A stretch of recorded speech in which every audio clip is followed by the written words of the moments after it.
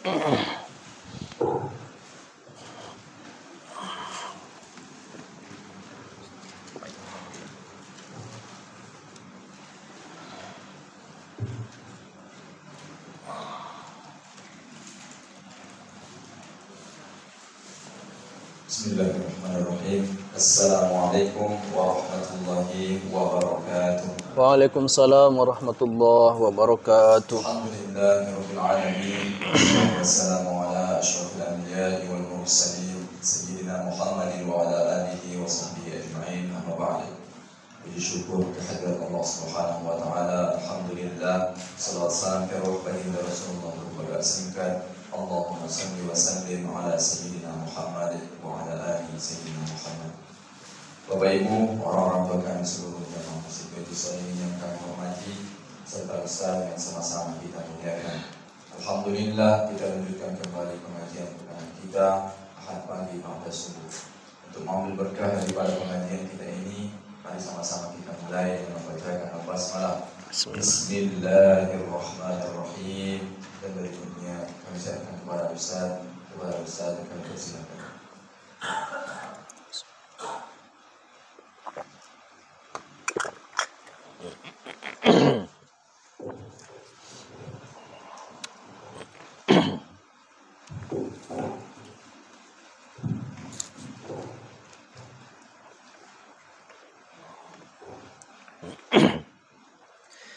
Bismillahirrahmanirrahim. Assalamualaikum warahmatullahi wabarakatuh.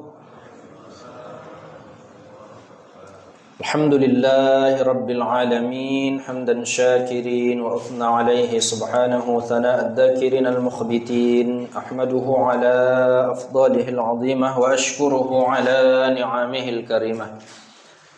أحمده على نعمه الكثر وعطائه المضرار لا نحصي ثناء عليه هو تبارك وتعالى كما أثنى على نفسه أشهد أن لا إله إلا الله وحده لا شريك له وأشهد أن محمدا عبده ورسوله إمام الشاكرين وقدوة الموحدين وأفضل من قام لله تبارك وتعالى بالشكر والذكر فصلوات الله وسلامه عليه وعلى آله وأصحابه أجمعين ومن تبعهم بإحسان إلى يوم الدين أما بعد قال تعالى أعوذ بالله من الشيطان الرجيم والعصر إن الإنسان لفي خسر إلا الذين آمنوا وعملوا الصالحات وتواصوا بالحق وتواصوا بالصبر. وقال النبي صلى الله عليه وسلم لولا لابن آدم واديا من ذهب أحب أن يكون له واديان ولن يملأ فاه إلا التراب ويتوب الله على من تاب. صدق الله العظيم وصدق رسوله النبي الكريم والحمد لله رب العالمين. Puja dan puji syukur kehadiran Allah Subhanahu wa taala, Tuhan sekalian alam, penguasa langit dan bumi, limpahan nikmat, karunia, anugerah, kasih sayang dari Allah Subhanahu wa taala. Sampai detik ini kita masih mampu dan mau melaksanakan perintah-perintah Allah Subhanahu wa taala dan menjauhi larangan-larangan Allah Subhanahu wa taala. Alhamdulillahirabbil alamin. Salawat dan salam keharibaan baginda Rasul sallallahu alaihi wasallam. Allahumma salli ala Muhammad wa ala ali Muhammad. Rasul junjungan alam, imamnya orang-orang bertakwa, penutup para nabi dan rasul, harapan pinta dan doa kita kelak baginda Rasul sallallahu alaihi wasallam memberikan syafaatnya kepada kita di hari yaumil akhir. Amin ya rabbal alamin. Yang saya hormati pengurus BKM Masjid Baitus Shalihin, Masjid Baitus Shalihin, yang saya hormati bapak-bapak, ibu-ibu, orang-orang tua saya, jamaah salat subuh yang dirahmati Allah Subhanahu wa taala. Alhamdulillah, subuh yang berbahagia ini dipertemukan di tempat yang mulia, Masjid Baitus Shalihin, di rumah Allah Subhanahu wa taala. Bapak Ibu yang dirahmati Allah Subhanahu wa taala, orang-orang tua kami, seyogianya mungkin seharusnya tidak saya subuh ini di sini.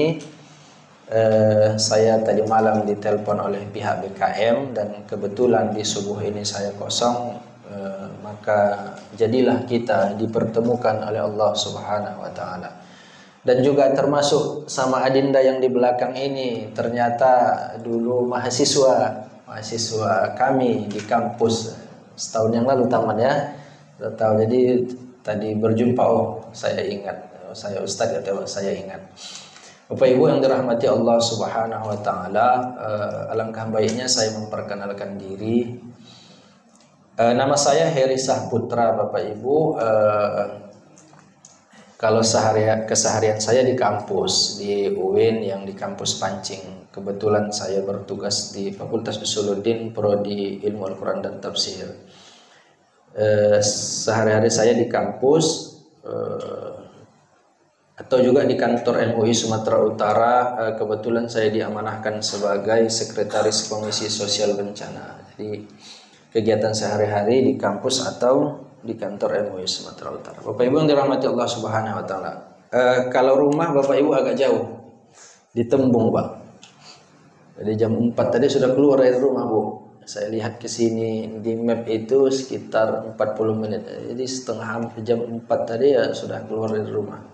Agak balap-balap juga lah biar nggak ketinggalan depannya tadi. Bapak Ibu yang dirahmati Allah Subhanahu wa taala, mungkin takdir Allah Subhanahu wa taala subuh ini kita dipertemukan oleh Allah Subhanahu wa taala. Bapak Ibu orang tua saya yang dirahmati Allah Subhanahu wa taala, Imam Ibnu Hajar pernah mengutip satu perkataan dan dikutip oleh Imam Nawawi Al-Bantani di dalam kitabnya Nasaihul Ibad. Kata beliau, yustaqbalu bani Adam arba'anu habad. Anak Adam manusia itu akan dipaksa, anak keturunan Adam akan menghadapi 4 kali rampasan. Yantahibu malakul mauta ruhahu. Pertama yang dirampas dari kita adalah malakul mauta ruhahu. Diambil malaikat maut ruh kita. Kita dipaksa, diambil, dicabut malaikat maut roh kita. Wa yantahibul warathatu malahu. Yang kedua, ahli waris kita akan mengambil harta kita. Begitu kita mati, harta kita tinggal di dunia. Tak ada lagi kuasa kita terhadap harta. Yantahibul warathatu malahu. Maka harta kita otomatis menjadi milik orang lain, tak lagi punya kita. Wa yantahibud duda jismahu. Mati, harta kita diambil orang, dimasukkan kita ke dalam liang kubur. Yantahibud duda jismahu. Dirampas cacing-cacing belatung tubuh ibu. Dimakan ulat-ulat, dimakan cacing, dimakan belatung tubuh kita. Habis, hancur. Yang terakhir, wa yantahibul khusama'u amalahu. Dirampas musuh-musuh kita lah pahala amal kita, atau diambil orang-orang yang pernah kita sakiti atau pernah kita zalimi di dunia ini, amal-amal kita.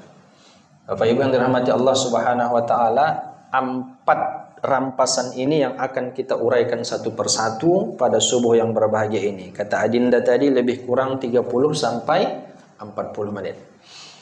Yantahibu malakul mauta ruhahu. Malaikat maut akan merampas ruh kita dengan terpaksa, Pak. Karena kalau ditanya kita semua yang ada di sini, ada yang mau mati nanti pagi jam 7, Pak? Ada? Tak ada. Bahkan saya sendiri, Bu. Ustadz nanti mau mati jam 7? Belum. Saya belum sanggup, saya belum bisa. Bapak ditanya ada yang mau?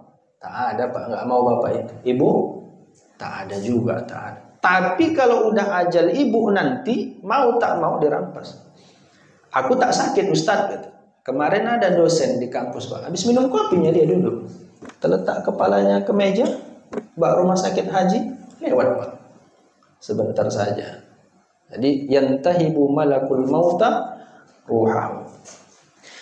Jadi Bapak Ibu yang dirahmati Allah Subhanahu wa taala, dalam proses penciptaan kita, Quran surah Al-Mu'minun secara rinci disebutkan oleh Allah Subhanahu wa taala bahwa manusia, bahwa kita itu adalah makhluk yang paling sempurna.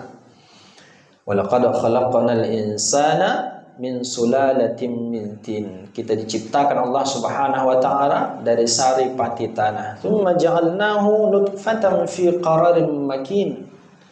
Kemudian kami jadikan setetes air yang hina fi qararin makin, di tempat yang kuat lagi kokoh.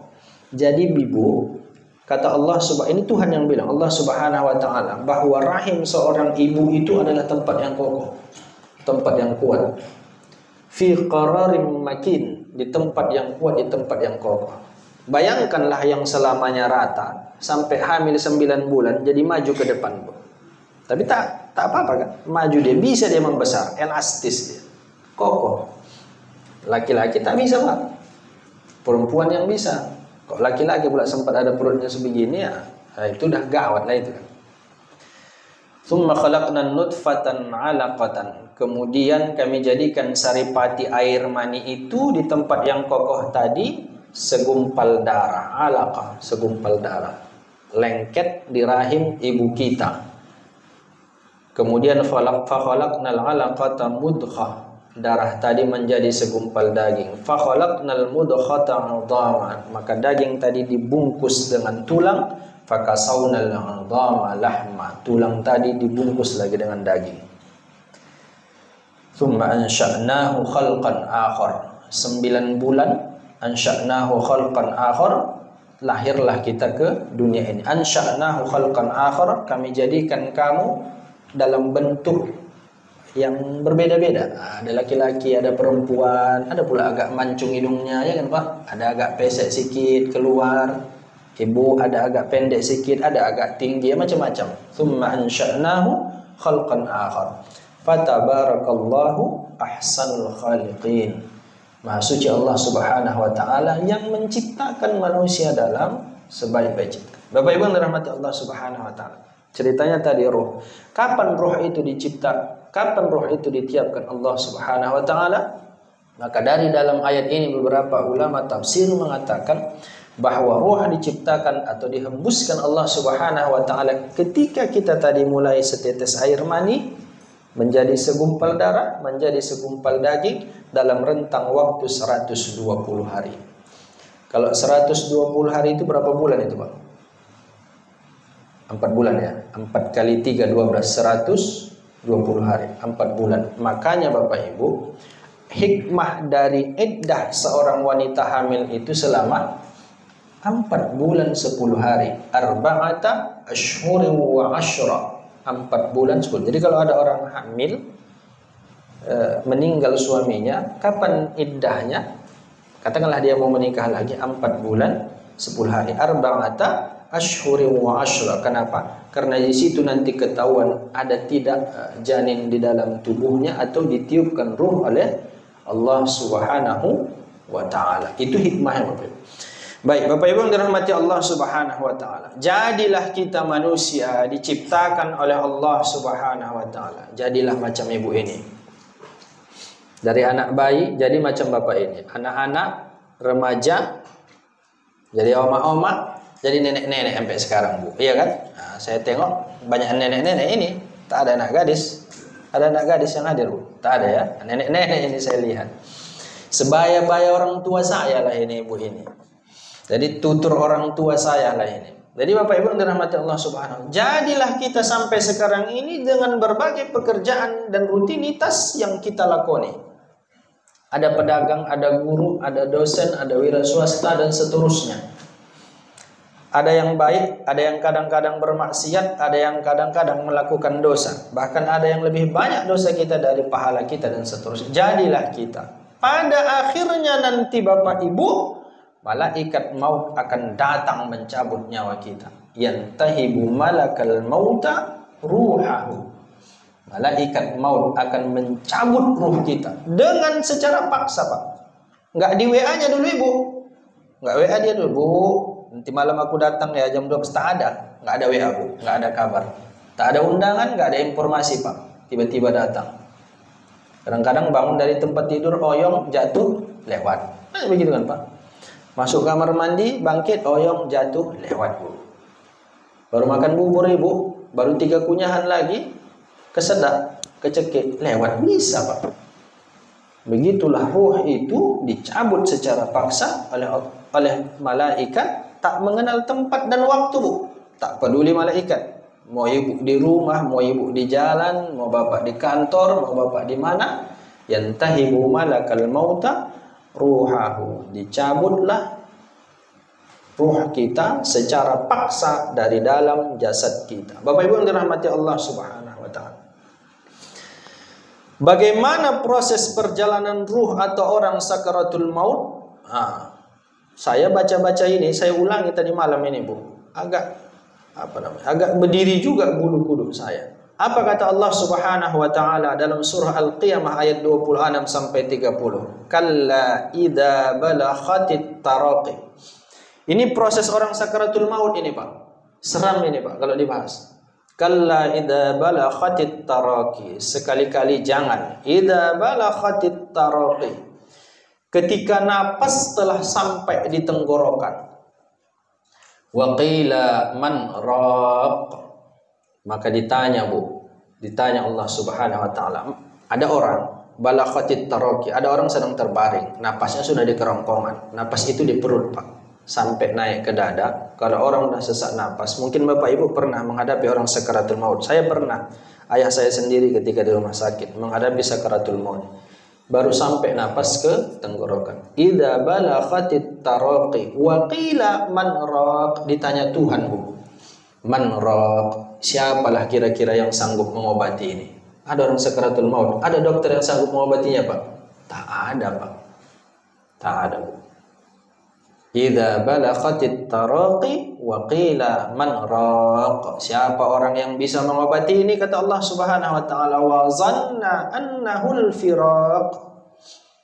Begitu kita nanti sakaratul maut, wa zanna annahul firaq, datang keyakinan, datang sangkaan dalam diri kita Bapak Ibu, annahul firaq, inilah perpisahan ini, matilah aku ini. Itu ayat Pak, surah Al-Qiyamah 26 sampai 30. Wa zanna annahul firaq. Begitu kita sakaratul maut, nanti ada sahabat-sahabat bagaimana proses mereka sakaratul maut ketika ditanya orang, nanti kita ceritakan. Wal tafatis saqu bis saq, bertaut betis kiri dan betis kanan. Begini Pak, ini betis kanan, betis kiri, bertaut.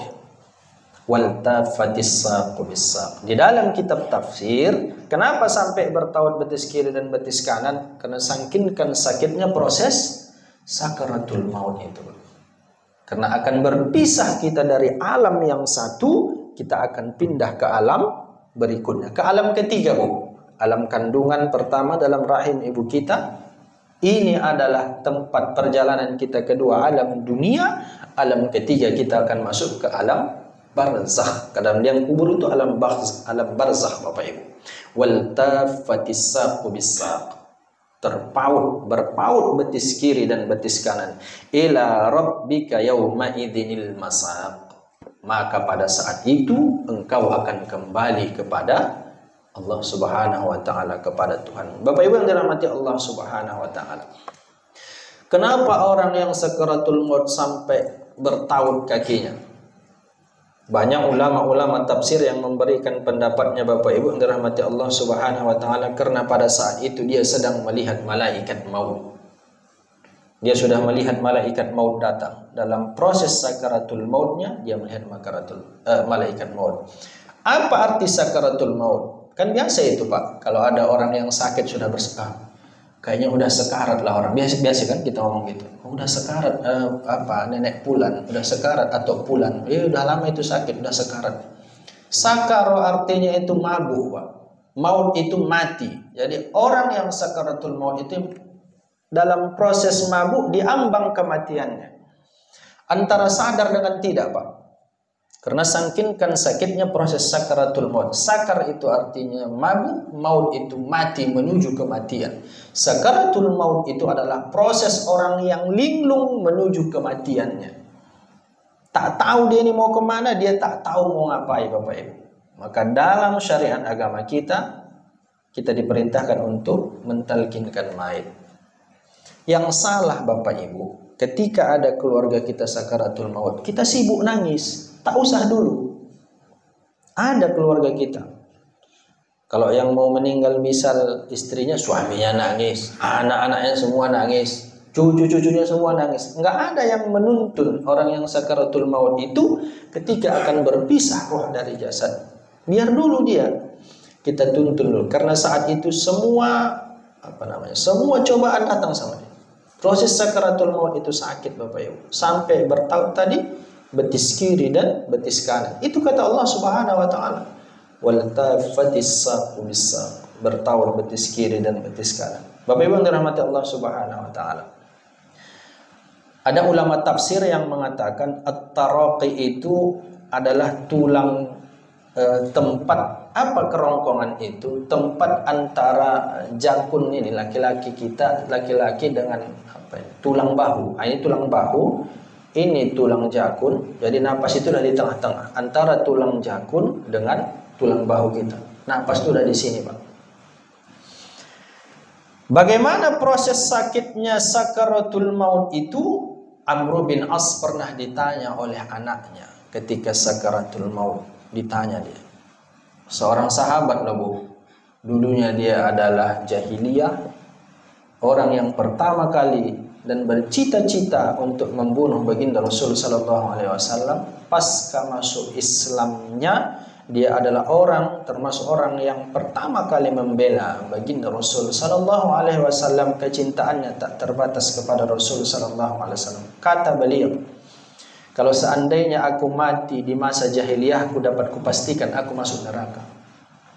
Kalau seandainya waktu Rasul sallallahu alaihi wasallam masih hidup di tengah kecintaanku kepada beliau dan disitulah akhir sakaratul mautku, maka hampir dapat kupastikan aku masuk surga.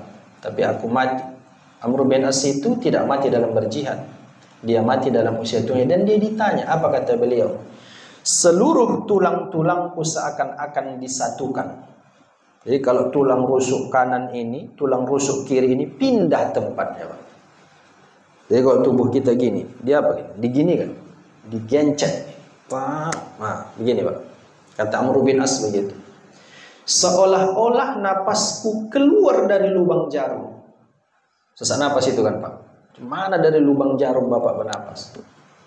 Sakit. Kira-kira begitulah proses sakaratul maut yang dialami oleh Amr bin As. Bapak Ibu yang dirahmati Allah Subhanahu wa taala, apa kata Allah Subhanahu wa taala surah Qaf ayat 19, wa ja'at sakaratul maut bil haqq dzalika ma kunta minhu tahid. Dan datanglah sakaratul maut itu dengan sebenar-benarnya, itulah yang kamu selalu lari darinya. Nah, itu tadi Pak ketika ditanya, Bapak mau mati nanti jam enggak mau kita Pak, lari kita. Tapi pasti dia akan datang. Bapak Ibu, dia tak mengenal usia, dia tidak mengenal warna kulit, dia tidak mengenal sebab akibat. Banyak orang tak pala sakit, tak duluan sakit tiba-tiba mati. Ada orang yang udah bertahun-tahun sakit belum juga mati-mati. Maka maut itu, sakaratul maut itu tidak mengenal akibat. Bapak Ibu, bahkan dalam beberapa literatur dikatakan, dalam hadis riwayat Imam At-Tirmidzi, bahkan seorang muslim sekalipun akan menghadapi sakaratul maut yang begitu pedih. Kata Rasul sallallahu alaihi wasallam, tanda seorang mukmin, kata Rasul sallallahu alaihi wasallam, tanda seorang mukmin baik dalam sakaratul mautnya, al-mu'minu yamutu bi'araqil jabin. Orang mukmin itu meninggal dengan keringat di keningnya, di dahinya. Jadi kalau ada orang sakaratul maut, akhir hayatnya berkeringat dahinya, kata Rasul sallallahu alaihi wasallam, salah satunya adalah beliau dipastikan, atau kata melalui hadis Rasul sallallahu alaihi wasallam, dia mati dalam keadaan baik, dia mati dalam keadaan mukmin. Kalau Bapak Ibu pernah melihat kondisi orang sakaratul maut dengan berbagai dengan berbagai model macamnya Pak, dengan berbagai cara bahkan, atau dengan berbagai, ada yang kita lihat kesusahan dan seterusnya. Apa kata Allah Subhanahu wa taala, innan nafsal mu'mini takhruju rashan wa la uhibba mautan ka mautil himar qila wa ma mautul himar qala mautul faj'ah. Sungguh nyawa seorang mukmin keluar sambil berkeringat, dan aku tak menyukai kematian seperti kematian keledai. Qila, ditanya Rasul sallallahu alaihi wasallam, wa ma mautul himar? Seperti apa kematian keledai? Beliau menjawab, mautul faj'ah, kematian yang mengagetkan. Bapak Ibu yang dirahmati Allah Subhanahu wa taala. Walau yu'akhirullahu nafsan idza jaa ajaluha wallahu khabirum bima ta'malun. Dan sekali-kali tak akan menangguhkan kematian seseorang. Kita yakin itu, Pak.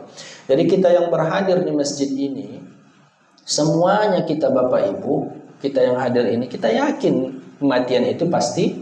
Bapak yakin Bapak mati kan? Yakin, Pak. Bapak yakin Bapak mati.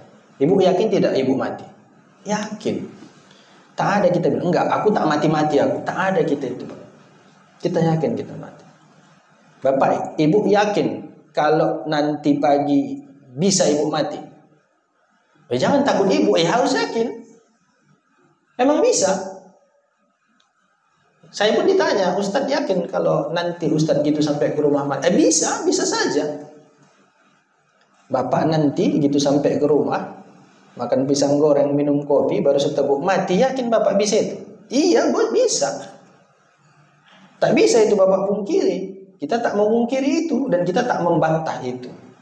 Kita meyakini itu seyakin-yakinnya di dalam keimanan, di dalam sanubari kita, bahwa kapan saja dan di mana saja kita bisa mati. Dan proses sakaratul maut itu sakit, Bapak Ibu.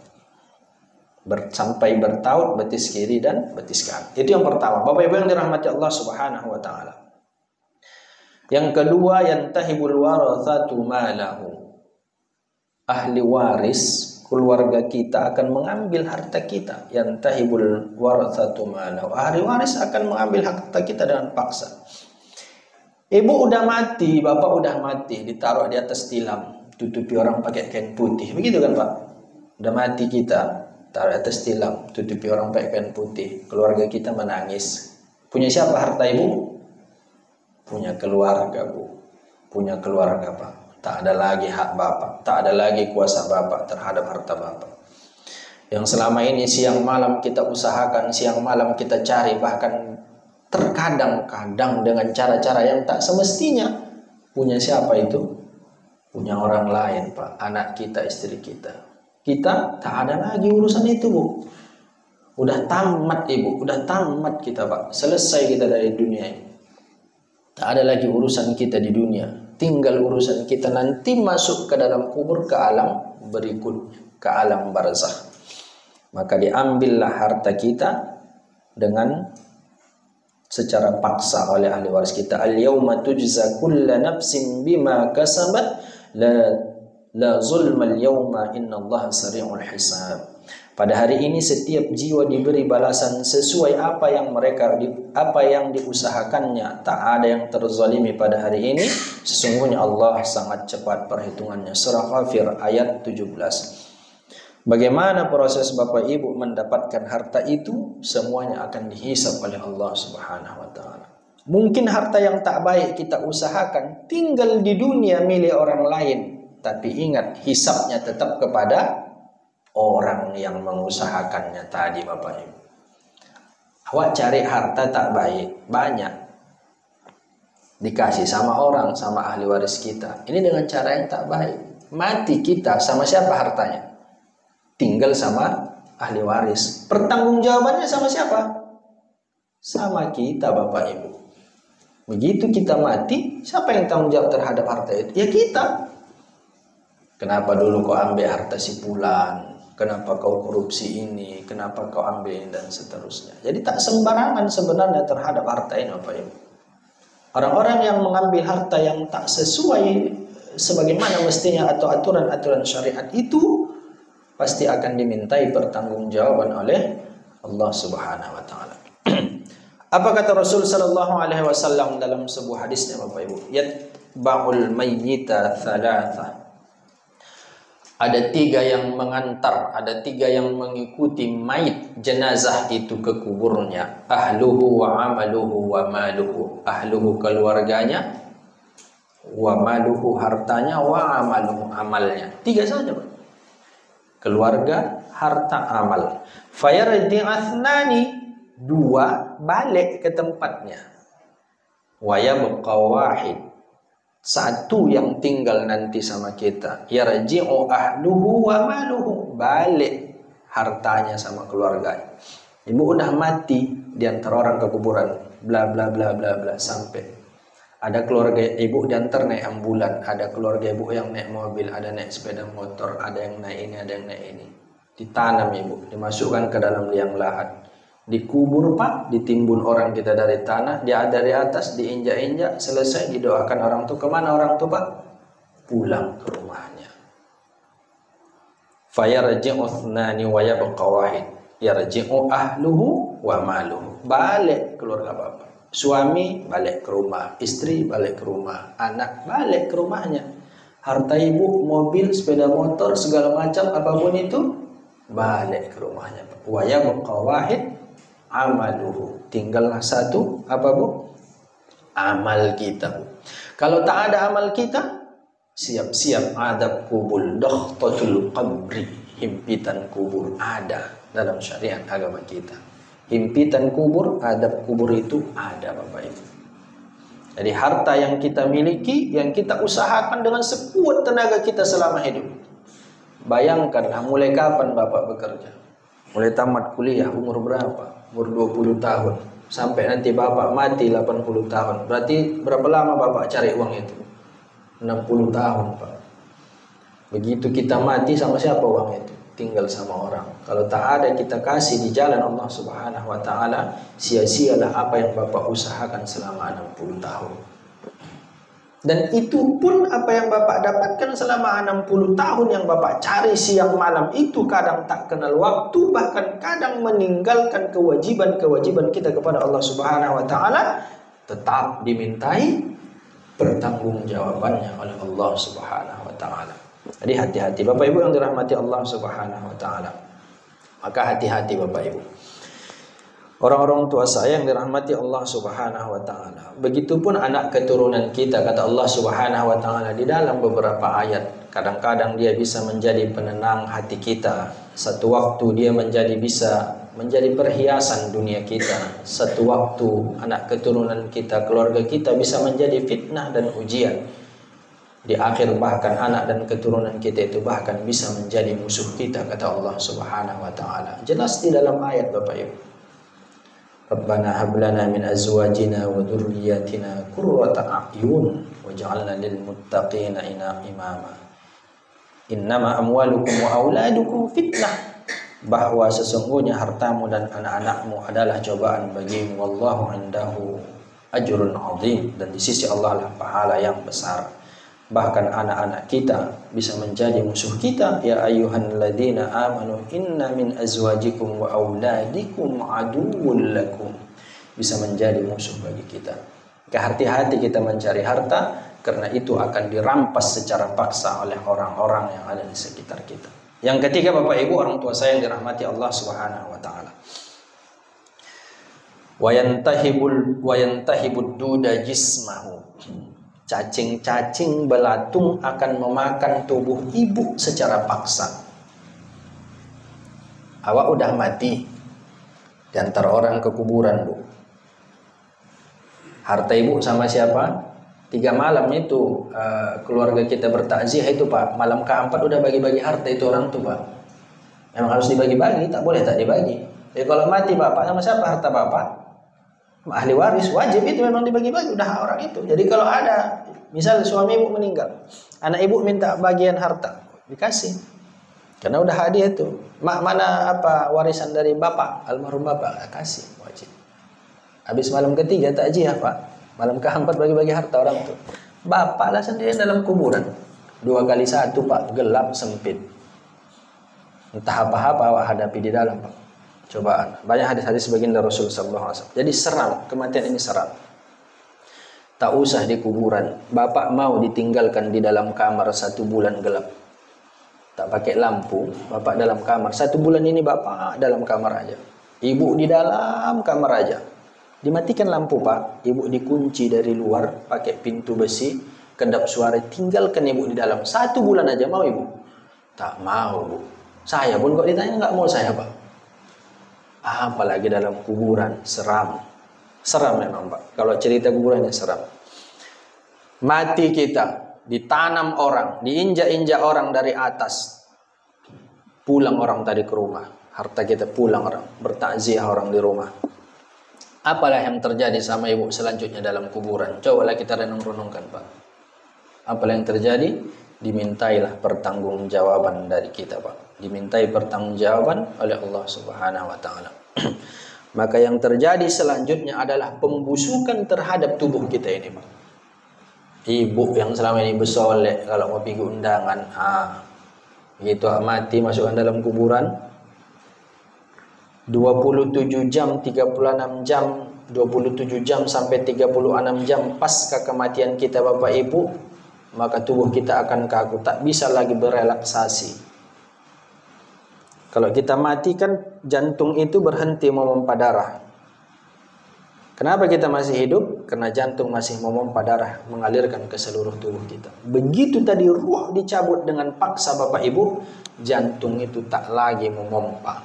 Maka darah tak lagi dialirkan ke tubuh kita. Apa yang terjadi? Kaku. Tak bisa berelaksasi, tak elastis. Jari kita pun tak bisa lagi digerakkan. Tangan pun begitu.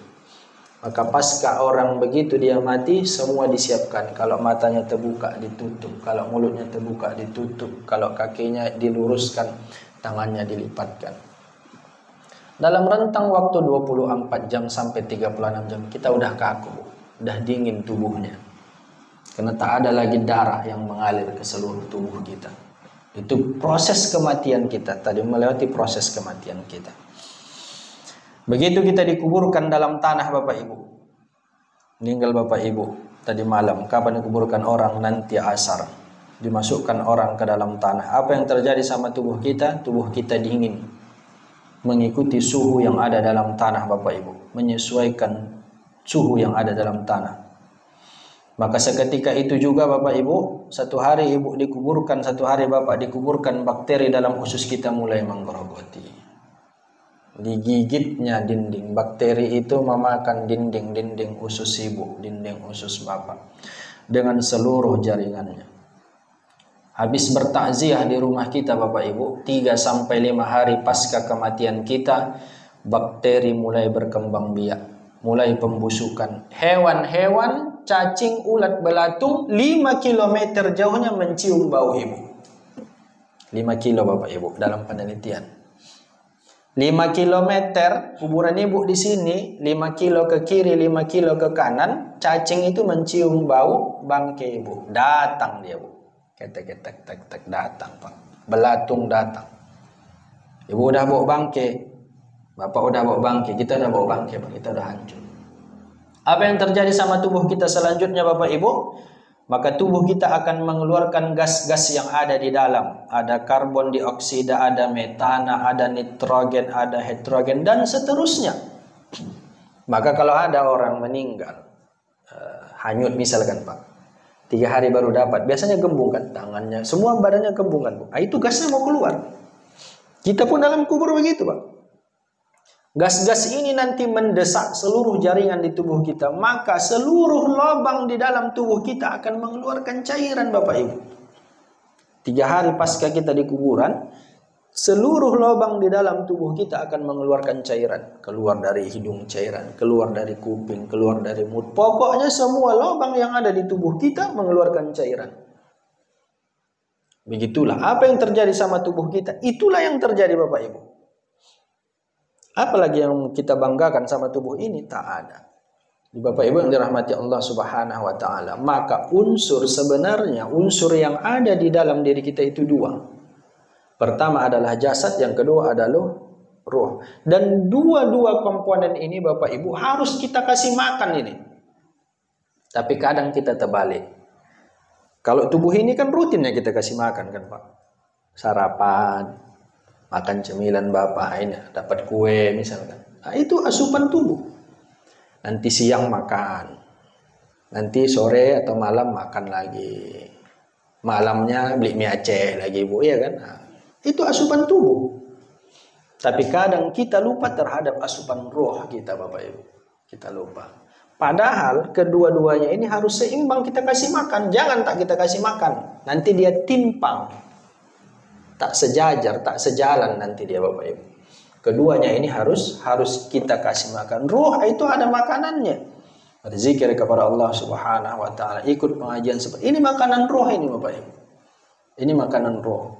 Baca Al-Qur'an dan seterusnya, ini adalah makanan ruh kita Bapak Ibu.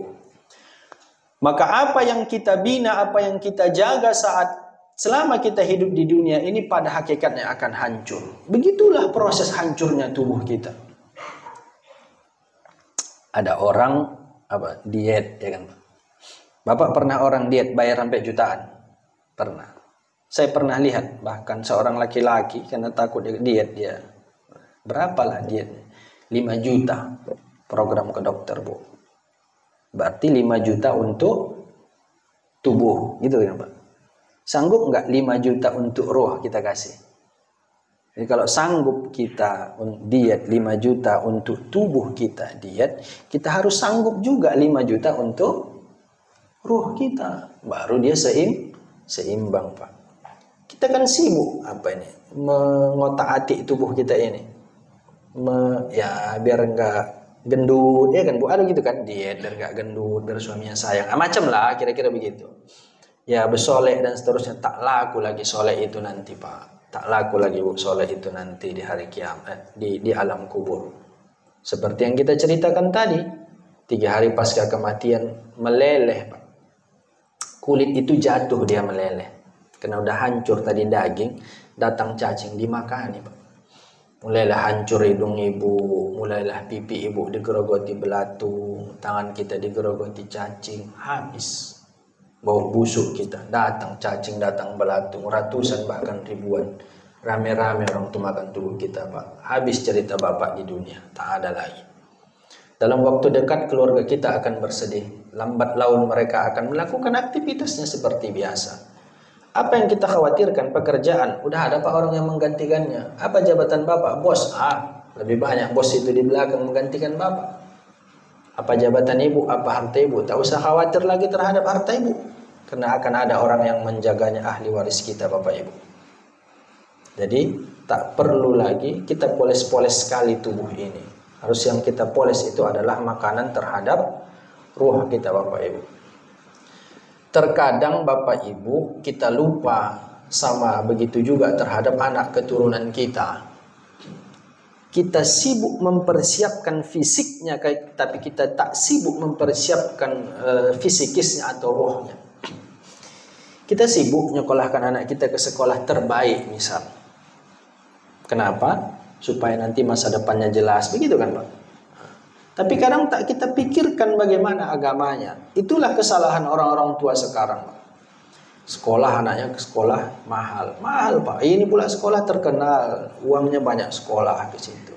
Tapi binaan terhadap ruh si anak ini tak ada. Hanya memikirkan bagaimana anakku nanti ke depan.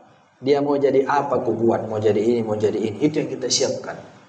Kita jarang memikirkan ini anakku nanti harus jadi orang yang baik, orang yang alim, patuh sama orang tua, taat dalam beragama. Jarang orang-orang sekarang memikirkan begitu Bapak Ibu. Makanya anak-anak banyak menyala. Bapak Ibu tahu data judi online?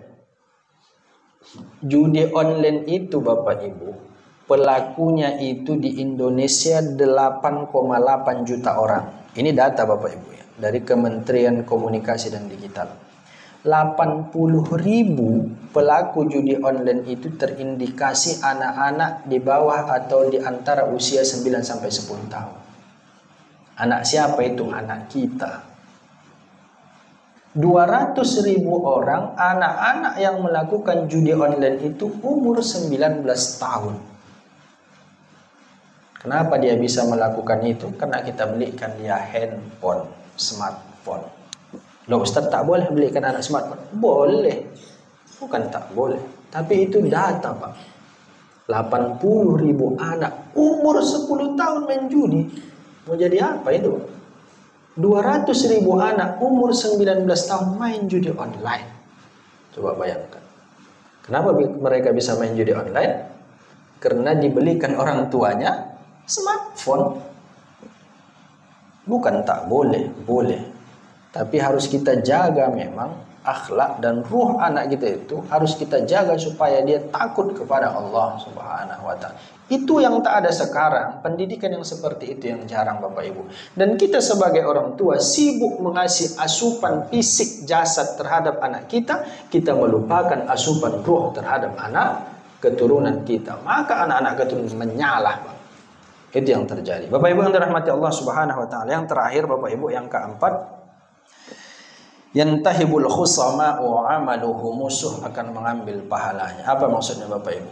Kalau selama ini Bapak Ibu berlaku zalim, pernah kita menzalimi orang lain dalam bentuk apapun, maka itu nanti akan dibalas, akan dikembalikan dan dituntut oleh Allah Subhanahu wa taala supaya kita ganti kepada orang yang pernah kita zalimi. Kalau Rasul sallallahu alaihi wasallam, atadruna mal muflis? Rasul Bapak Ibu pernah menanya. Jadi pernah Rasul duduk-duduk sama sahabatnya. Ditanya Rasul, atadruna mal muflis? Tahu kalian siapa orang yang bangkrut? Kata Rasul. Al-mufqalu al-muflisu minna man la dirham lahu wa la mata'. Orang yang bangkrut di antara kami man la dirham lahu, orang yang tak punya dirham, tak ada uangnya, wala mata', tak ada perhiasannya. Nggak ada uangnya, nggak banyak uangnya, nggak ada rumahnya mewah, nggak ada mobil mewahnya, nggak ada bla bla bla dan seterusnya. Kata Rasul sallallahu alaihi wasallam, faqala innal muflisa min ummati, sesungguhnya orang yang muflis dari umatku itu ya'ti yaumal qiyamati bisalatin wa siyamin wa zakatin. Jadi orang yang bangkrut Bapak Ibu nanti di hari kiamat dia datang dengan membawa pahala salatnya, datang membawa pahala zakatnya, datang membawa pahala puasanya. Bukan orang tak sholat, Bu. Macam kita ini juga orangnya, sholat, Bu. Puasa dia, Pak, tiap puasa. Membayar zakat dia, Pak. Naik haji dia, Pak, bukan nggak haji. Bahkan bolak-balik, kata Rasulullah sallallahu alaihi wasallam. Wa ya'ti qad syatama hada. Tapi dia juga datang dengan melakukan syatama hada, menyakiti orang lain. Haji juga, gunjing juga. Akhirnya begitu. Sholat juga awak, wirid juga awak, ya kan Bu? Tapi pulang wirid, si pulang itu gue tengok mobil baru dia, makanya kredit itu ya. Kira-kira begitu Bu. Sibuk kita ngurus harta orang lain. Kira-kira begitu. Qad syatama wa qadhafa hada, menuduh orang lain tanpa bukti. Wa akala mala hada, memakan harta orang lain tanpa hak. Wa safaka dama hada wa daraba hada, melukai orang lain, memukul orang lain. Fayuqta hada min hasanatihi. Kalau ibu pernah menyakiti orang selama hidup di dunia dan itu belum tertunaikan, Pak. Kita pernah mengambil harta orang lain misal di dunia dan itu belum terbayarkan. Kita pernah menyakiti orang lain, Bu. Kita pernah menzalimi orang lain dan itu belum tertunaikan, nanti di akhirat kata Rasul sallallahu alaihi wasallam, fayu'ta hada min hasanatihi. Maka diambil kebaikan ibu dikasih sama orang yang pernah ibu zalimi. Diambil kebaikan bapak dikasih sama orang yang pernah bapak zalimi. Wa hadza min hasanatihi. Ada lagi orang yang bapak zalimi belum tertunaikan di dunia, wa hadza min has. Diambil Pak lagi kebaikan bapak dikasih sama orang itu. Semakin banyak kita berbuat tidak baik kepada orang lain atau menzalimi orang lain, wa hadza min hasanatihi wa hadza min hasanati wa hadza min hasan, diambil kebaikan kita dikasih, diambil kebaikan dikasih. Fa in faniyat hasanatuhu qabla an yuqda ma'alaihi. Banyak kita Pak, tak bagus kita di dunia ini berbuat zalim kepada orang lain. Fa in faniyat hasanatuhu, sampai habis kebaikan kita, ada lagi orang yang kita zalimi, ukhidha min khatayahum faturiha ilaih. Diambil keburukannya, dosanya ibu, faturiha alaih, dikasih sama kita. Untuk apa itu? Ya membalas keburukan kita dulu sama dia. Karena di sana tak ada lagi cerita uang, nggak bisa lagi kita bayar utang kita, salah kita sama orang. Balasannya kebaikan atau keburukan. Kebaikan kita dikasih atau keburukannya diambil dikasih sama kita. Faturiha alaih, thumma turiha ilan nar. Udah habis Bu, apalagi turiha ilan nar, masuk kita ke dalam neraka Bapak Ibu. Jadi jangan sembarang. Jadi jangan mentang-mentang orang yang kita zalimi, nggak dimintanya itu utangnya itu tak apa-apa, nggak usah dibayar. Itu nanti di akhirat dihitung itu. Kalau ibu menzalimi orang lain dan itu belum tertunaikan di dunia ini, maka nanti di akhirat itu akan dikembalikan oleh Allah Subhanahu wa taala, bahkan dalam bentuk kezaliman yang bagaimanapun itu semua akan dikembalikan oleh Allah Subhanahu wa taala di pengadilan yang seadil-adilnya dan maha adil. Tak ada seorang pun yang terzalimi oleh Allah Subhanahu wa taala. Jadi tak sembarangan kita hidup Pak di dunia ini. Jangan mentang-mentang awak bos di tempat kerja, awak potong-potong gaji orang, nggak berani itu, takutnya itu, diamnya itu, takut dia aku pecat. Nanti di akhirat dituntutnya itu balik Pak, dan dibalikkan oleh Allah Subhanahu wa taala. Bapak Ibu yang dirahmati Allah Subhanahu wa taala, orang tua saya yang dirahmati Allah Subhanahu wa taala. Jadi 4 hal itu Bapak Ibu pasti akan dirampas dari diri kita. Ruh kita akan diambil secara paksa dari jasad kita, harta kita mau tak mau menjadi milik orang lain. Tubuh kita yang elok ini, yang kita poles-poles ini, begitu nanti dikuburkan akan busuk dan dimakan cacing-cacing habis sampai sehabis-habisnya. Kalau kita berbuat zalim kepada orang lain, maka secara terpaksa amal kita di akhirat nanti akan diambil oleh Allah Subhanahu wa taala, diberikan kepada orang yang pernah kita zalimi tersebut. Bapak Ibu yang dirahmati Allah Subhanahu wa taala, mudah-mudahan ada manfaatnya. Sudah habis waktu mungkin Bapak Ibu, mudah-mudahan ada manfaatnya. Mudah-mudahan kita senantiasa dalam naungan lindungan Allah Subhanahu wa taala. Amin ya rabbal alamin.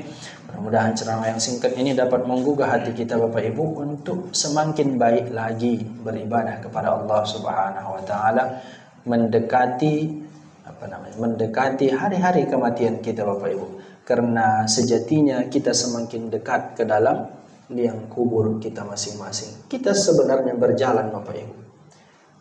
Semalam usia kita masih ada berlebih 1 hari, per hari ini sudah berkurang 1 hari. Kalau ibu besok masih hidup lagi, berkurang jatahnya 1 hari lagi. Besok lagi Pak kita hidup, berkurang 2 hari. Dan begitulah berjalan seterusnya. Kita semakin dekat dan maju ke dalam liang kubur kita Bapak Ibu. Mudah-mudahan ada manfaatnya. Mohon ampun kepada Allah Subhanahu wa taala. Mohon maaf apabila ada tutur kata yang tidak pada tempatnya. Akhirul kalam. Assalamualaikum warahmatullahi wabarakatuh. Tanya jawabnya. Bapak Ibu yang ingin bertanya dipersilakan.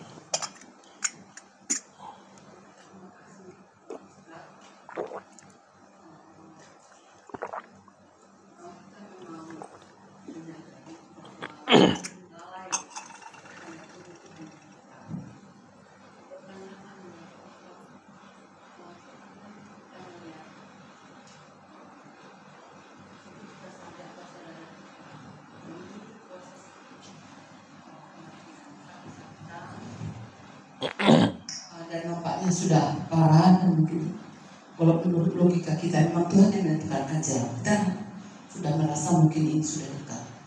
Kita selaku saudara Pak Ustaz, apa yang bisa kita lakukan untuk mengurangi bebannya atau mengurangi kesalahannya? Apa yang bisa kita lakukan? Sementara kita lihat kalau yang bersangkutan kita sampaikan antara sadar kita sadarnya sudah kurang kesadaran. Itu benar. Langsung dijawab atau ada lagi? Baik. Ketika ada orang-orang terdekat kita dalam proses sakaratul maut, apa yang dilakukan orang-orang di sekitarnya? Apa yang kita lakukan kalau itu kaum kerabat kita? Ini di depan kita ini kan, depan kita ini. Udah tahu kita ini, udah ghar-ghara.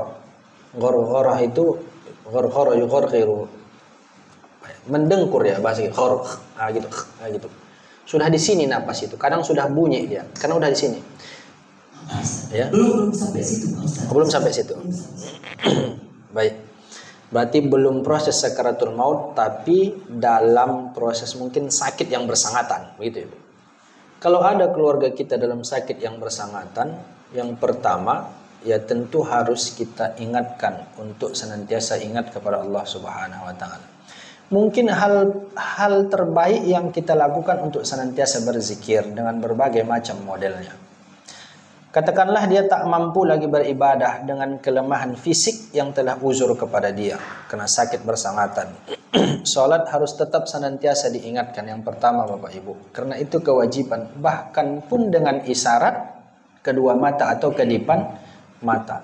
Bahkan pun dengan isyarat dia hanya mengingat. Tak lalu lagi matanya berkedip. Tapi perasaan kita dia mendengar. Tapi kalau ada orang di ruang ICU itu kan Pak, tak lalu lagi dia gerakkan badan. Tapi kadang-kadang ada orang begitu dia menangis kan Bu.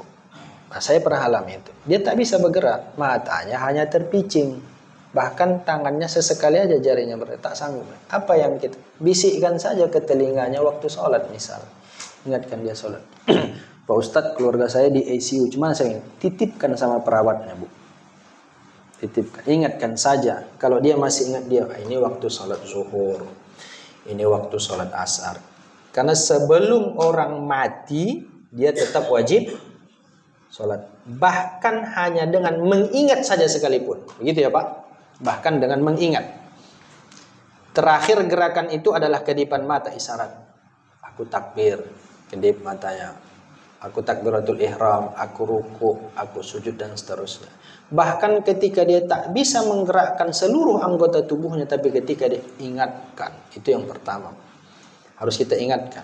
Karena kewajiban salat itu wajib, harus sepanjang orang itu belum mati, maka dia wajib salat sepanjang dia ingat, bahkan hanya dengan cara mengingat sekalipun. Pak Ustadz dia pakai pempes, gitu kan Pak, pakai apa? Kateter, gitu Pak, pakai kateter rumah sakit, tak apa-apa. Itu adalah uzur syar'i, bahkan ingat untuk sholat. Selanjutnya Bapak Ibu, kalau memang posisinya itu di rumah mungkin, atau dalam keadaan sadar tapi sudah uzur, sakit yang bersangatan, bisalah kita ingatkan untuk selalu mengingat Allah Subhanahu wa Ta'ala. Kita ingatkan untuk mengingat Allah Subhanahu. Berzikir, ajari saja. Berzikir yang pendek-pendek saja Bapak Ibu. Tak usah paling panjang-panjang. Allah Subhanallah. Kalau tak lalu lagi dia mengucapkan la ilaha illallah subhanallah. Atau Allah saja pun jadi Bapak Ibu. Jadi begitu Bapak Ibu. Sampai nanti kepada proses sakaratul maut. Kalau orang sudah bersangatan itu, jangan lagi la ilaha illallah Muhammad Rasulullah Bapak Ibu. Kalau sudah di proses akhir-akhir hayatnya. Karena dia tak sanggup lagi mencerna itu. La ilaha illallah. Dia tak sanggup lagi mencerna itu Pak. Dari awal mungkin kalau biasa itu kan Pak. Kalau orang tua adanya itu tanda-tandanya. Nah, ini udah bersangatan kali. Ini udah dekat-dekat ini orang tua kita nih. Diajari, ditalkinkan dengan la ilaha illallah. Tapi di akhir-akhir bersangatannya itu yang hampir berpisah ruh dengan jasadnya itu, tak lalu lagi la ilaha illallah itu Bu. Cukup Allah atau Muhammad, itu saja. Karena dia tak mencerna lagi. Kira-kira begitu Bapak Ibu. Kira-kira begitu Bu. Jadi kalau dia masih sakit, diingatkan dia untuk sholat. Karena sholat itu adalah kewajiban sepanjang dia sadar dan belum mati. Keluarga kita belum mati orang, maka dia wajib sholat. Kapan dia tak wajib sholat? Kalau dia udah disolatkan. Kapan orang tak wajib sholat? Kalau udah disolatkan. Karena kan tak bisa berdiri, duduk, tak bisa duduk, tidur, tak bisa tidur. Pakai gerakan tangan, pakai kedipan mata, pakai isyarat. Terakhir tak lalu lagi pakai isyarat, mengingat aja pun jadilah. Begitu Bapak Ibu. Ingatkan dia untuk berzikir kepada Allah Subhanahu wa Ta'ala. Demikian ya Ibu. Baik, ada lagi Bapak Ibu?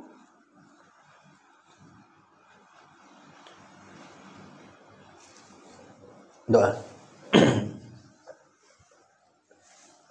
Ada? Silakan Pak. Waalaikumsalam warahmatullahi wabarakatuh.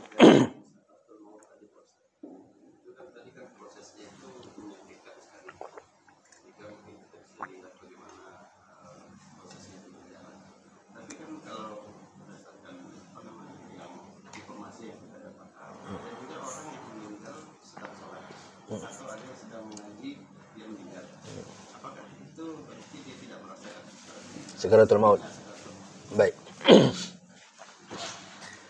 Ada orang yang meninggal pas lagi sujud, gitu, lagi sholat. Katakanlah banyak juga kita lihat peristiwa orang yang di akhir hayatnya itu dalam kacamata dunia adalah perbuatan yang diridhoi oleh Allah Subhanahu wa taala. Mungkin sholat, mungkin lagi ikut pengajian. Bahkan di YouTube itu kita tengok ada orang yang lagi sholat jamaah, tiba-tiba jatuh meninggal. Bahkan ada orang yang di masjid lagi sedang baca Quran, menunggu masuk waktu sholat, tiba-tiba segala.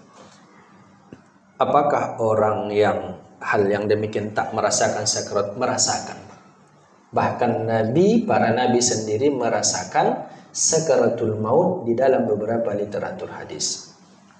Rasul sallallahu alaihi wasallam di akhir hayatnya ketika sakaratul mautnya mencelupkan tangannya ke dalam begini Pak, bejana atau tempat. Kemudian mengusapkan yang dicelupkan tadi ke mukanya. Di akhir proses sakaratul maut itu disampaikan kepada Fatimah dalam beberapa riwayat, ini adalah proses sakaratul maut. Artinya bahkan Rasul atau nabi-nabi yang lain sendiri juga merasakan proses sakaratul maut. Loh, tapi mereka kekasih Allah Subhanahu wa taala, Ustaz. Di sisi kemanusiaan itulah proses yang harus dilaluinya, berpisahnya ruh dengan jasadnya. Kenapa Rasul atau para nabi juga merasakan proses sakaratul maut? Yang pertama adalah di dalam beberapa literatur disebutkan untuk melengkapi kenabiannya. Yang kedua memang untuk ujian, bahwa semua orang memang melewati proses sakaratul maut. Maka Nabi dan Rasul melewati proses sakaratul maut. Bagaimana dengan orang yang kita anggap kematian atau akhir hayatnya itu dalam keadaan soleh juga melewati proses sakaratul maut? Apakah itu juga sakit? Iya. Bahkan yang kita sebutkan tadi Pak di dalam hadis Rasul sallallahu alaihi wasallam, seorang mukmin saja, mukmin dalam hadis itu artinya matinya dalam husnul khotimah. Bahasa kita husnul khotimah, akhir hayatnya husnul khotimah itu pun mengeluarkan keringat dari dahinya. Artinya sangkinkan beratnya proses sakaratul maut itu. Tapi ada Ustadz, dia pas sujud tak berkeringat pula dahinya. Pas mati tak semua pula orang macam hadis Nabi sallallahu alaihi wasallam. Dan jangan pula nanti ibu sibuk, ada orang baru meninggal sibuk ibu mau nengok dahinya berkeringat atau tidak. Jangan juga itu. Tak pala urusan kita itu kan Pak. Kok memang terlihat pula berkeringat dahinya, kita doakan mudah-mudahan husnul khotimah. Dia tak berkeringat dia Ustaz ya, tetap kita doakan dia husnul khotimah. Jangan pula sibuk nanti ada keluarga mau meninggal, tengok dulu dahinya berkeringat enggak, kau tengok tadi dahinya pulang katanya. Jangan pada sibuk kita mau mencari itu ya kan Pak. Tapi tetap merasakan proses kita semua Pak. Bahkan kita semua, kalaupun akhir hayat kita dalam keadaan husnul khotimah, kita tetap merasakan proses. Maka kita kan sering berdoa itu Pak, minta tolong kepada Allah Subhanahu wa taala untuk dibantu dalam proses sakaratul maut. Minta dibantu oleh Allah Subhanahu wa taala karena sangkinkan beratnya proses sakaratul maut itu Pak. Demikian Pak. Cukup ya? Cukup ya Pak. A'udzubillahi minasyaitonirrajim. Bismillahirrahmanirrahim. Alhamdulillahirabbil alamin. Wassalatu wassalamu ala asyrafil anbiya'i wal mursalin wa ala alihi wa sahbihi ajma'in. اللهم اغفر لنا ذنوبنا وذنوب والدينا وارحمنا وارحمهما كما ربيانا صغيرا ولجميع المؤمنين والمؤمنات والمسلمين والمسلمات الأحياء منهم والأموات إنك سميع قريب مجيب الدعوات آمين يا قاضي الحاجات اللهم زدنا علما وارزقنا فهما وعملا صالحا متقبلا اللهم اجعل جمعنا هذا جمعا مرحوما وتفرقنا من بعده تفرقا معصوما واهدنا صراطا مستقيما ربنا آتنا في الدنيا حسنة وفي الآخرة حسنة وقنا عذاب النار وصلى الله على سيدنا محمد وعلى آله وصحبه أجمعين والحمد لله رب العالمين اللهم صل على سيدنا ونبينا وحبيبنا وشفيعنا ودخلنا ومولانا محمد اللهم صل وسلم وبارك عليه تقبل الله منكم منا ومنكم تقبل يا كريم.